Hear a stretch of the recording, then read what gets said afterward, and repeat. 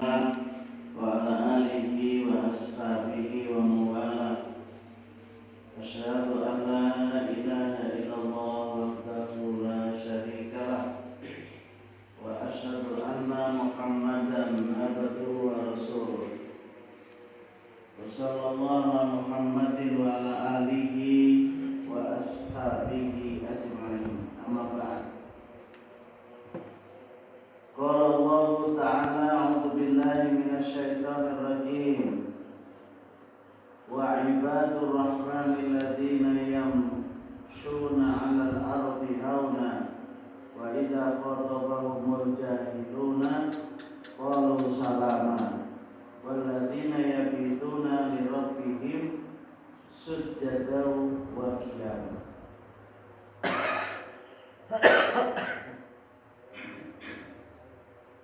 Jamaah yang memuliakan,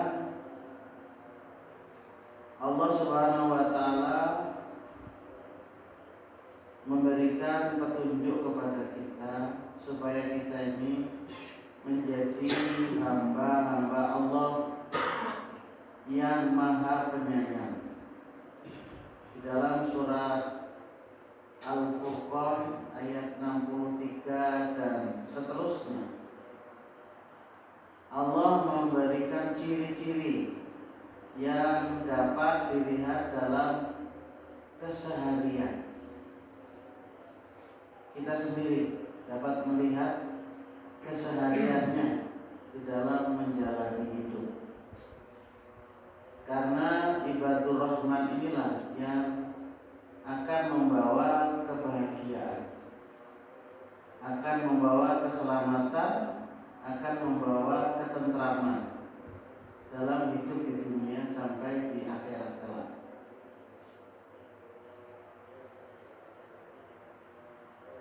Alladzina yamshuna 'alal ardi hauna. Hamba Allah yang penyayang adalah hamba Allah yang bertakwa.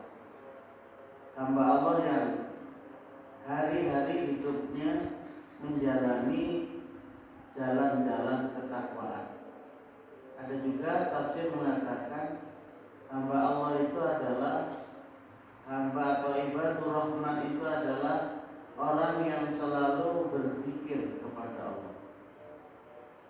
Zikir dalam makna ketaatan kepada Allah. Zikir dalam makna menggunakan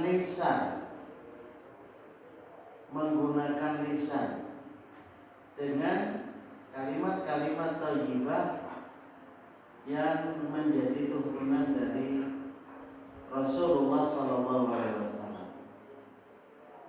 Itu juga termasuk hamba-hamba yang berzikir kepada Allah. Kita melaksanakan sholat tadi itu termasuk zikir kepada Allah, termasuk berjalan di atas jalan ketakwaan. Insya Allah termasuk ibadur rahman. Mengaji sama, mengaji juga begitu, termasuk kategori berzikir kepada Allah Subhanahu wa ta'ala. Alladzina yamshuna 'alal ardi hauna. Pertama, Allah Subhanahu wa taala memberikan tanda, ciri. Apa cirinya? Tanda-tandanya. Orang tersebut berjalan di atas bumi ini dengan rendah hati. Ini hubungannya dengan al-qalb yang disebut dengan ibadah qalbiyah. Jadi ada ibadah qalbiyah, ada ibadah amaliyah, ada ibadah maliyah, ada ibadah qauliyah. Jadi ibadah itu ada 4. Ada ibadah qalbiyah, berhubungan dengan hati. Kita lihat punya hati. Ada ibadah qauliyah, qaul, ucapan. ada ibadah amaliyah menggunakan badan. Di puasa ini nanti termasuk amaliyah. Orang sembahyang itu kalau sembahyang itu hampir sebelah qalbiyah iya, qauliyah iya, amaliyah iya, maliyah juga iya. Pakai duit juga orang ibadah itu. Apa contohnya? Ya pakai bensin juga datang ke sini. Pakai bensin. Pakai menutup aurat. Kita sembahyang pakai menutup aurat. Nukar baju. Nukar baju untuk menutup aurat. Baulah masjid. Duit juga. Jadi empat ini mesti ada dalam ibadah. Qalbiyah, qauliyah, amaliyah, maliyah. Jadi ada yang hubungannya dengan hati, ada hubungannya dengan ucapan. Ucapan ini termasuk ucapan kita hari-hari ini. Ucapan hari-hari ini menyenangkan, tidak menghardik, tidak berdusta. Ucapan itu juga ibadah yang berhubungan dengan qauliyah. Ada amaliyah, amal. Ada apa tadi yang terakhir? Maliyah, harta. Dan harta pun asalnya dari Allah juga. Jadi Allah memberikan rezeki kepada setiap manusia ini untuk membiayai ibadah. Di luputnya kadang-kadang kada mau membiayai simpan, pas mati habis sisa.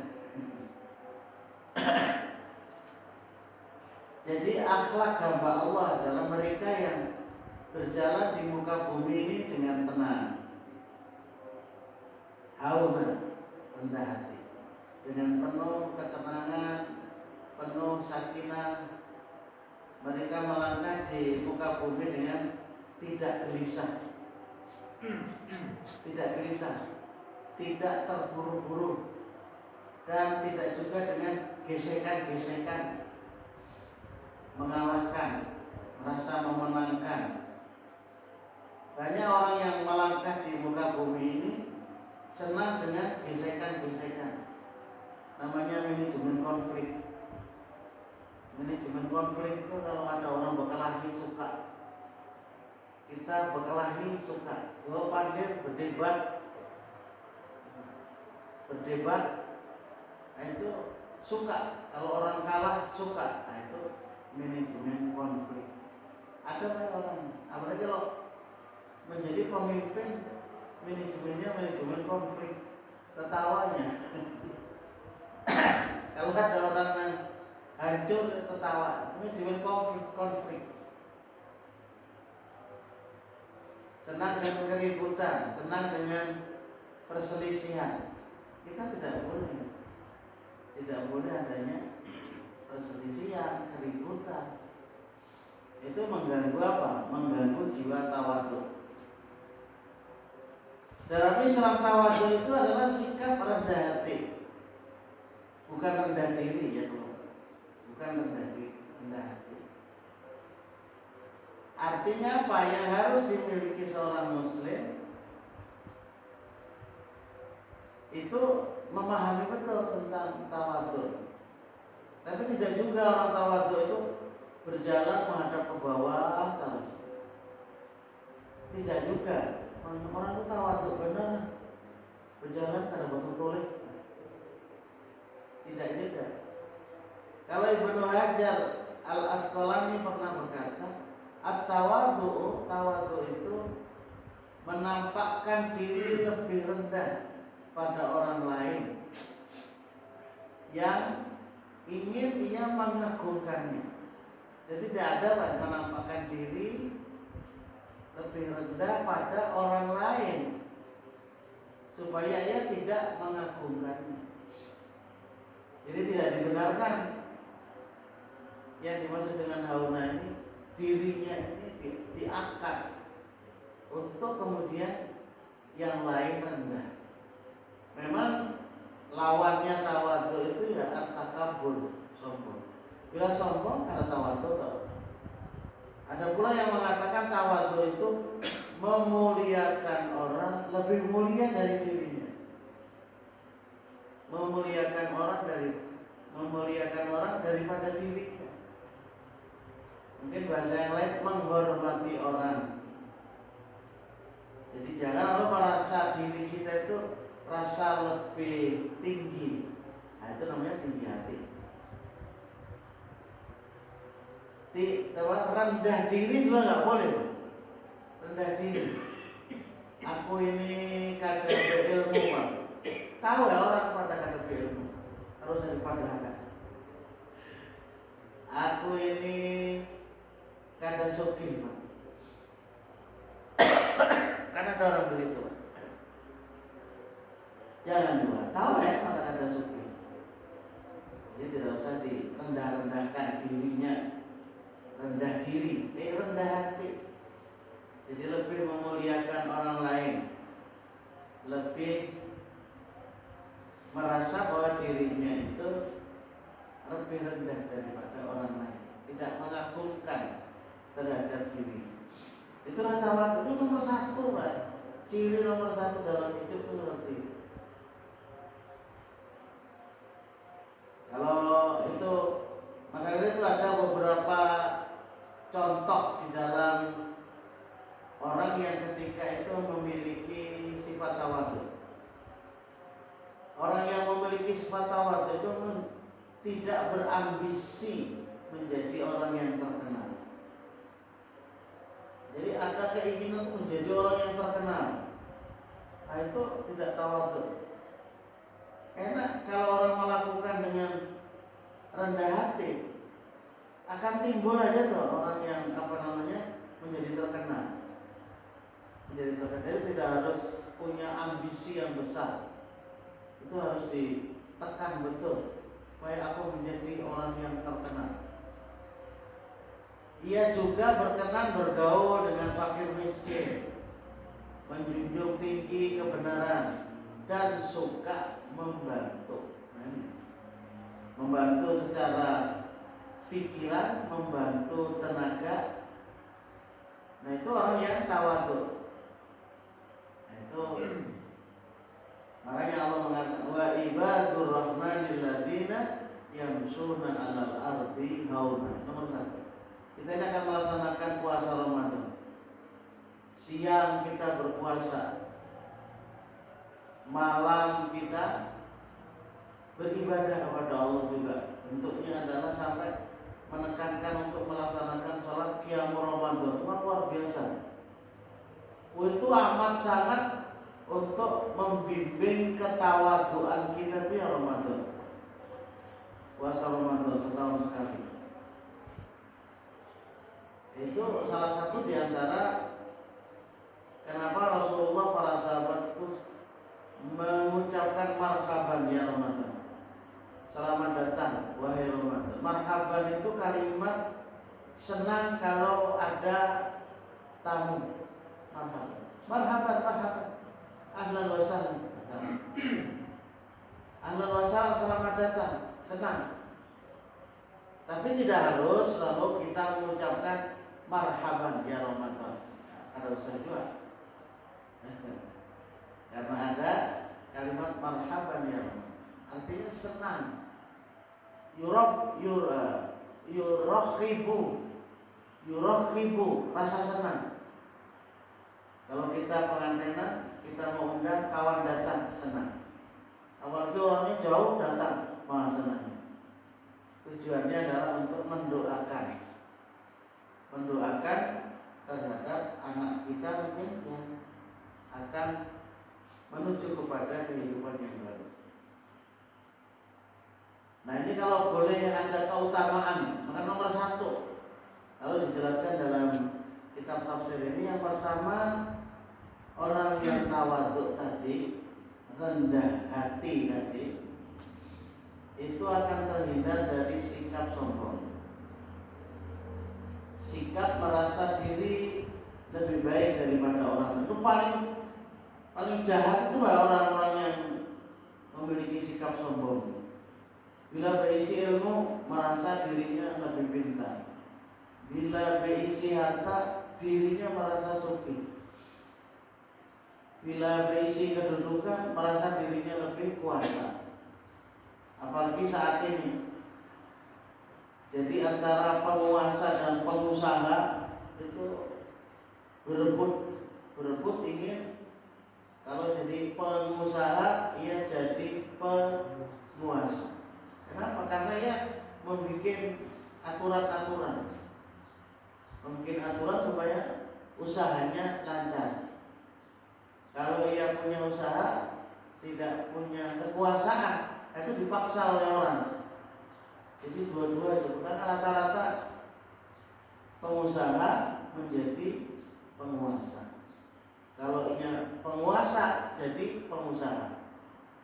Jadi seperti itu. Mestinya penguasa ya penguasa, mengatur aturan-aturan terhadap rakyat, terhadap orang yang akan melakukan sesuatu. Kita yang mengatur. Ini seorang diatur. Itu yang masalahnya kita. Ya namanya nafsu. Dalam Ihya Ulumuddin, Imam Ghazali itu memberikan penjelasan dia tadi keutamaan tawadhu itu terhindar kita dari sikap kesombongan. Jadi dengan bertawadhu seseorang dapat terhindar dari sikap sombong dan tidak adil. Jadi orang yang tidak tawadhu itu mudah bersikap tidak adil. Artinya tidak berjalan di atas aturan. Atau orang yang tidak menempatkan sesuatu pada tempatnya. Al-adl, adil. Wad'u syai'in ala makanihi. Apa disebut dengan adil? Adil itu tidak mesti sama. Adil itu menempatkan sesuatu pada tempatnya, pada porsinya. Kalau ke kanan makannya seini, kalau orang tua makannya seini. Kan mau sama kan mau. Wa inna Allaha awha ilayya an tawadhu hatta la yaqaru akadun ala akadin wala dia bagi akadun ala akadun. Ujar Rasulullah nih. Dalam riwayat Imam Muslim, sesungguhnya Allah mewahyukan kepadaku agar kalian bertawadhu sehingga kalian tidak merasa bangga diri lagi, tidak merasa bangga diri, tidak merasa sombong terhadap orang lain, dan tidak pula berlaku aniaya kepada orang lain. Berlaku zalim, sombong enggak? Berlaku aniaya, memaksa kepada orang.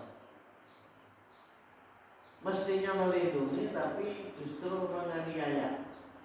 Banyak sekali. Oleh karena apa? Karena tidak memiliki sikap tawadhu, rendah hati. Alladzina yamshuna 'alal ardi hauna. Orang yang tawadhu diangkat derajatnya oleh Allah. Surganya itu diangkat.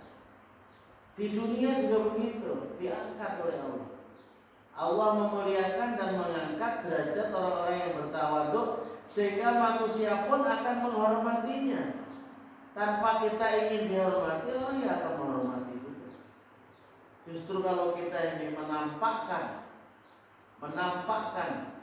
perasaan lebih baik daripada orang lain, malah orang lain tidak suka. Wa ma tawaddu'a ahadun lillah illa rafa'allah. Dan tidaklah seorang bertawadhu dengan niat semata-mata hanya karena Allah, melainkan Allah akan mengangkat derajat. Kemudian di dalam hadis yang lain, sesungguhnya aku menerima sholat orang yang bersikap tawadhu karena kebesaranku. Ia tidak mengagungkan dirinya atas makhlukku. Ia menetapkan berzikir kepadaku dan ia menahan diri dari nafsu syahwat karena aku. Itu orang yang melaksanakan apa? Tawadhu. Diterima sholatnya. Kalau dalam sholat itu dengan tawadhu. Makanya diawali dengan kalimat Allahu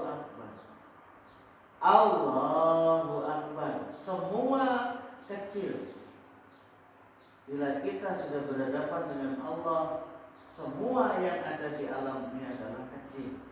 Tapi tadi itu, kadang-kadang kalau sudah Allahu Akbar, Allahnya sering sedikit demi sedikit hilang. Bahkan ada orang mulai Allahu Akbar hilang dah Allahnya. Kenapa? Tertumpuk dengan urusan dunia. Kita ini lah Allahu Akbar sampai nanti kita salah, itu terus mengagungkan Allah, bahwa selain daripada Allah adalah kecil. Tapi pada kenyataannya yaitu tadi, sebelum sembahyang urusan dunia,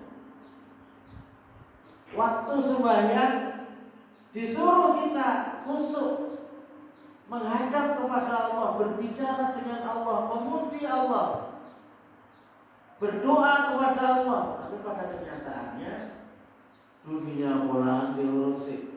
Pikiran kita ini mengurusi pulang dunia. Ini karena ibadah.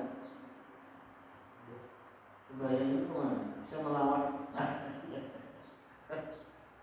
Bisa melawan ya. Pikiran kan. Jadi model membuat sebuah program. Semestinya ketika kita melaksanakan sholat, bahwa diri kita ini rendah di hadapan Allah Subhanahu. Dan tawadhu juga bagian daripada ketakwaan. Jadi antaranya ya apa? Contoh-contoh yang kalau kelihatan kita dalam sifat tawadhu, ada itu kalau dalam buku sufistik membumikan ajaran tasawuf yang humanis, ini gaya orang, spiritualis dan etis, jadi menuju kepada akhlak. Ini sebenarnya bukan kita belajar tentang itu, membaca boleh aja, cuma jangan sampai terpengaruh sufi-sufi yang nanti sebenarnya lebih ke arah akhlak.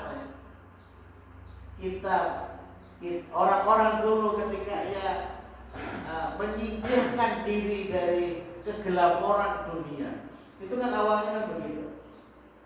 Karena pada zaman Bani Umayyah itu penguasa itu zalim. Yang kedua, jauh daripada ajaran-ajaran Islam. Beda sekali dengan masa Khulafaur Rasyidin, mabuk-mabukan dan lain sebagainya. Baru nanti pada masa Umar bin Abdul Aziz baru berubah. Itu pun tidak lama. Orang yang baik ketika jadi pemimpin zaman Umar bin Abdul Aziz itu, satu orang pun miskin itu tidak ada. Bisa dibayangkan, satu orang miskin pun tidak ada. Karena nggak ada orang korupsi. Nah, sebelum Umar bin Abdul Aziz itu keuangan negara itu di tangan keluarga raja. Sama seperti di Saudi sekarang ini. Tapi di Saudi ini kan walaupun keluarga raja amir-amir itu kayanya luar biasa, tapi keperluan rakyat ini hampir terpenuhi. Jadi kadang model anak demo. Karena apa? Rumah sakit gratis. Kemudian makan disubsidi. Jadi kada ada BLT kada.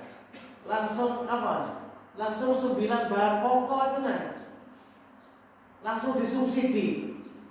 Kalau itu umpamanya impor ya, atau masukkan barang disubsidi langsung.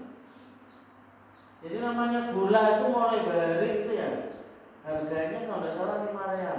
Tidak, berapa? 3 real misalnya. Mulai bahari 1 kilo 3 real. Bintaro itu juga. Listrik begitu juga murah.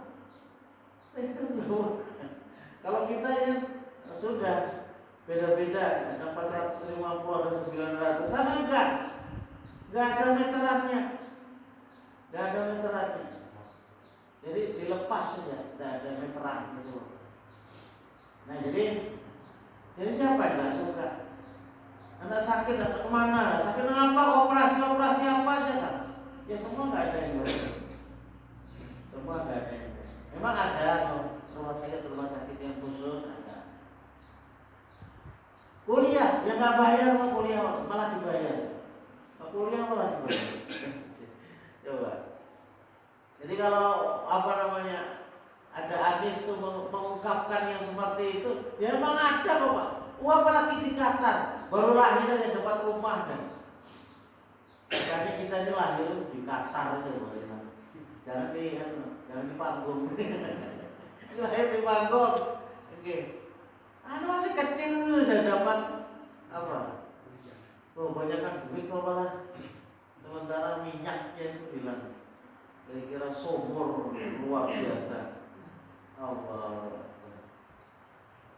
Ini gambaran. Jadi kalau bisa contoh dalam tawadhu itu. Ini penting sekali memang baik. Gambaran ibadur rahman. Memenuhi undangan tanpa pandang bulu. Nah, itu salah satu. Bila orang sugih baru datang. Bila orang miskin boleh datang. Sering terjadi seperti itu. Kalau kita kan melihat orang itu tidak mampu malah kita datang duluan. Bahkan kalau di kita sini ada istilah amplop, ketika orang itu miskin beda juga amplop. Kalau orang sugih amplop kosong kan apa-apa juga.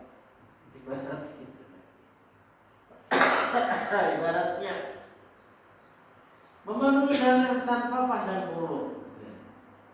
Kalau undangan haul ada apa? Ada setiap undangan kita. Dalilnya ada banyak diundangnya. Wa'idha da'af fa'ajibhu. Jika seseorang mengundang maka datanglah. Undangan macam apa? Kalau pacar orang manakib enggak datang. Karena orang yang manakib terhadap wali-wali Allah itu dia punya keyakinan akan mendatangkan berkah. Itu masalahnya. Itu bid'ah dan kesyirikan. Jadi kita tidak datang. Orang mahal kenapa jadi ma'awal? Kenapa jadi tidak datang? Karena di sana ada kebid'ahan dan kesyirikan. Bid'ah yang pertama, pelaksanaan itu tidak ada dari Rasulullah. Karena itu merupakan campuran kepercayaan orang Hindu tercampur kepada Islam. Islamkah yang mewarnai, Hindunya yang mewarnai. Nah ini yang tidak dibenarkan dalam ajaran itu. Menikah hari, menuju hari, menyelawi hari, itu kan dari orang Hindu. Orang Hindunya aja yang mengatakan ini orang Islam umat kami, kan kami yang umat buat Islam. Jadi di kami yang itu ada guru-guru dari Denpasar, Noman. Tapi alhamdulillah masuk Islam. Kebetulan dikawin oleh kawan-kawan dari Muslim. Jadi melawat atau takziah. Jadi takziah itu dia melihat menyenggol kawan. Di kami orang Hindu itu sama juga pada perangkaian daun nyur dirangkai juga. Ada doanya juga. Lalu dia bertanya, ini merangkai daun nyur duluan kami kan? Duluan Islam. Itu jar kawan kemudian orang Aisyah juga. Orang Islam meniru agamamu. Nah, kalau orang-orang itu kan alasannya karena Rasulullah pernah meletakkan daun pelepah kurma di atas kubur karena Allah memperlihatkan kepada Rasulullah bahwa orang tersebut disiksa. Makanya kita tidak melakukan itu karena itu khusus Rasulullah. Rasulullah tahu bahwa yang mati ini disiksa. Kalau sekarang kita meletakkan daun nyur semisal dengan daun kurma atau pelepah kurma di atas kubur, pertanyaannya, tahukah sampean bahwa yang mati ini disiksa? Jadi kalau meletakkan daun di atas kubur sama ya, bahwa yang tahu yang mati ini disiksa kan begitu. Sementara kita mendoakan semoga Allah menghindarkan siksa kubur. Sementara kita meyakini itu. Bahkan lalu ditambah dengan membungkus qul huwallahu ahad. Kan gitu bukusin Pak. Qul huwallahu ahad Allahus samad lam yalid wa lam yulad wa lam yakul lahu kufuwan ahad. Tarik. Karena sekedar bungkus aja, ada isinya di dalamnya. Kalau diletakkan di atas kubur, lalu dia punya keyakinan akan mendinginkan. Ini Bapak. Jadi nggak tahu hadisnya dari mana mendinginkan. Kalau mendinginkan itu sebelum orang meninggal, waktu hidup ada juga baca qul huwallahu ahad. Kan mestinya begitu. Mestinya seperti itu, tapi sudah menjadi keyakinan yang berat juga. Jadi tidak semudah yang kita gambarkan. Kalau sudah menjadi keyakinan itu lalu ditinggalkan. Sama nisfu Sa'ban kan juga begitu. Nisfu Sa'ban juga begitu. Kenapa? Karena nisfu Sa'ban itu 500 tahun sesudah Rasulullah wafat baru ada. Kalau orang yang mengikuti ajaran Nabi Muhammad SAW, dia tidak akan melakukan itu. Tapi kita hidupkan bahwa bukan nisfu Sa'ban, tapi kita puasa bid. Puasa tengah bulan, yakni 13, 14, dan 15. Nah itu yang kita hidupkan. Jadi supaya warga Muhammadiyah, ibu-ibu Aisyah, itu menghidupkan itu. Ada dua tak buatnya, nisfu Sa'bannya tanggal 15. Padahal hadisnya adalah puasa bid, puasa 3 hari di tengah bulan. Menerima kebenaran dari orang lain, kalau itu memang benar kita terima dan menjalankan kebenaran tersebut, menjaga keseimbangan antara sikap tinggi hati dengan rendah hati. Jadi di tengah-tengah itu yang paling penting. Jadi tinggi hati tidak, rendah hati juga tidak. Menjaga anugerah dan tidak memamerkan atau membangga-banggakannya. Menyadari bahwa manusia lahir tanpa membawa apa-apa, itu penting. Bahwa kita lahir tanpa membawa apa-apa. Tiranjang kita akan meninggal pun tanpa membawa apa-apa.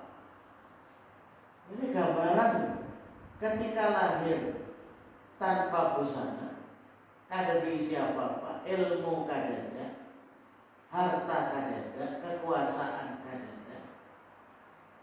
Lalu Allah yang memberi rezeki, yang memberi ilmu, yang memberi kekuasaan.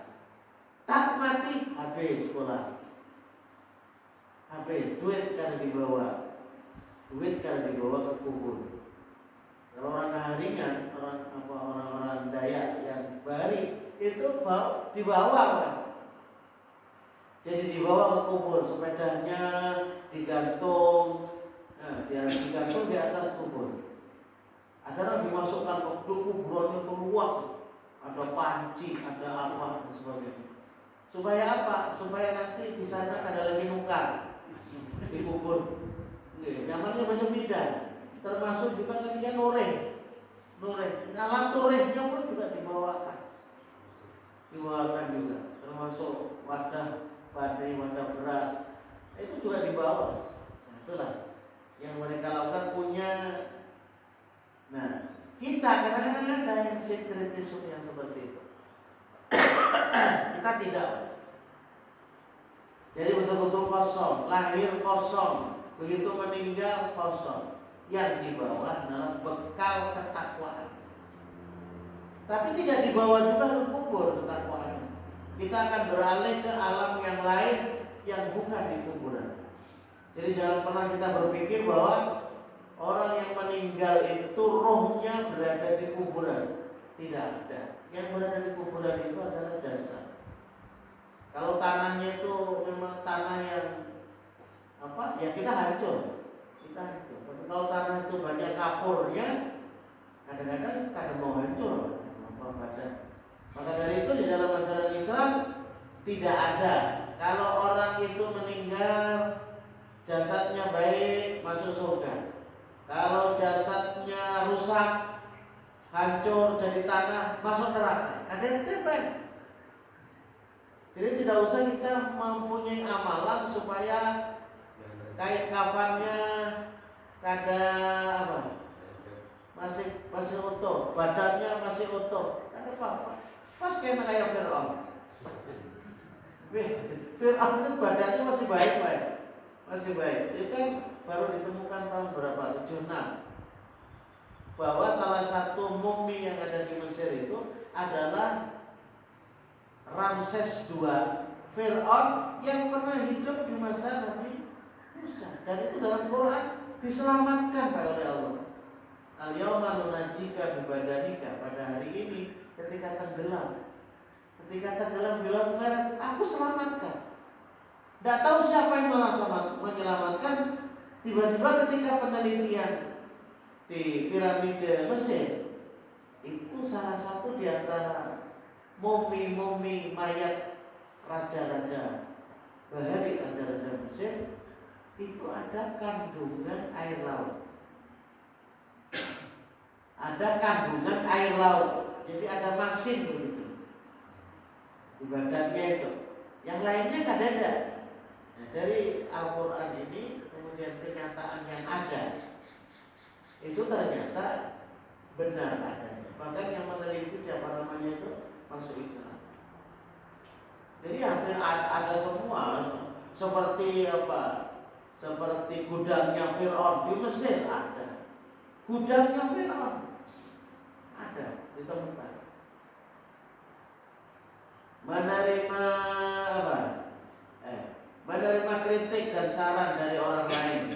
Jadi kita sebagai orang yang tawadhu, dikritik orang, dinasihati orang, diberi saran, itu selalu menerima.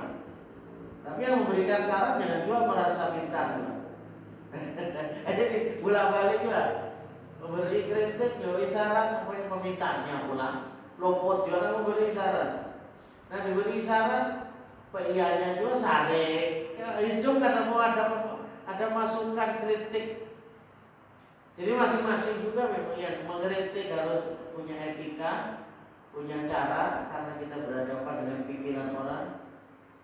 Nah, kemudian kita yang menerima kritikan juga siap ada kritikan yang halus, ada kritikan yang kasar. Kalau orang tawadhu enggak ada masalah. Tapi kalau kita tidak tawadhu, saring ya. Kita itu ampeh, wah. Karena dari kritik itu kita itu ampeh. Ya enggak lah. Ya, kita minta maaf bahwa kita tidak bisa melakukan itu. Diperbaiki kan mudah. Orang tawadhu begitu. Menerima ujian dan cobaan hidup. Orang tawadhu. Terima bahwa ujian ini dari Allah. Itu orang tawadhu. Lalu tidak mengatakan kenapa jadi aku hanya sakit hidup nyamannya orang. Ujian seorang. Malah nyamannya jadi bupati, banyak duit. Takonnya ya bupati, nyaman ada. Lapah lagi pada kita. Lapah pada kita. Takonnya apa? Orang sugih juga. Lapah pada kita. Karena walanya lapah mau hendak duit itu lapah. Kita ini lapah duitnya kadang-kadang. Jadi menerima kritik, ada ujian, cobaan hidup, menerima kekalahan dengan lapang dada. Berusaha aja Bang, si Amin nih kayaknya. Berusaha terus. Karena merasa dicurangi, merasa didolimi. Itu persoalan demokrasi. Ada yang memikirkan. Kita kan usah memikirkan juga. Mendoakan aja dan Allah menjadikan pemimpin yang baik di Indonesia. Kalau memikirkan ada kawan makan, ada kawan hidup, ada kawan apa aja kan. Nah, jadi mensyukuri apa yang dimiliki. Kalau bahasa orang Arabinya makanan ada aja kita. Makanan ada, jangan dimakan. Ini contoh. Jadi ini baru satu. Jadi baru satu bahwa dengan tawadhu dengan merasa rendah hati di hadapan Allah, maka insya Allah ini baru satu. Maka di dalam ayat ini ada 12. Ada 12 yang kita miliki terhadap ciri-ciri menjadi orang yang ibadur rahman. Termasuk nanti kalau boleh dilanjutkan, ucapannya mengandung doa keselamatan. Jadi kalau ada orang menghardik kita, itu justru kita lapang. Jadi kalau ada orang yang mendoakan yang baik, dia tidak terjebak. Kalau bahasa alamiah, kalau dimuntungi jangan memuntungi. Kalau orang memuntungi kita, jangan kita memuntungi. Terjebak kita. Suka qiyamul lail, suka tahajud minimal witir lah. Tiap hari itu ada aja kita.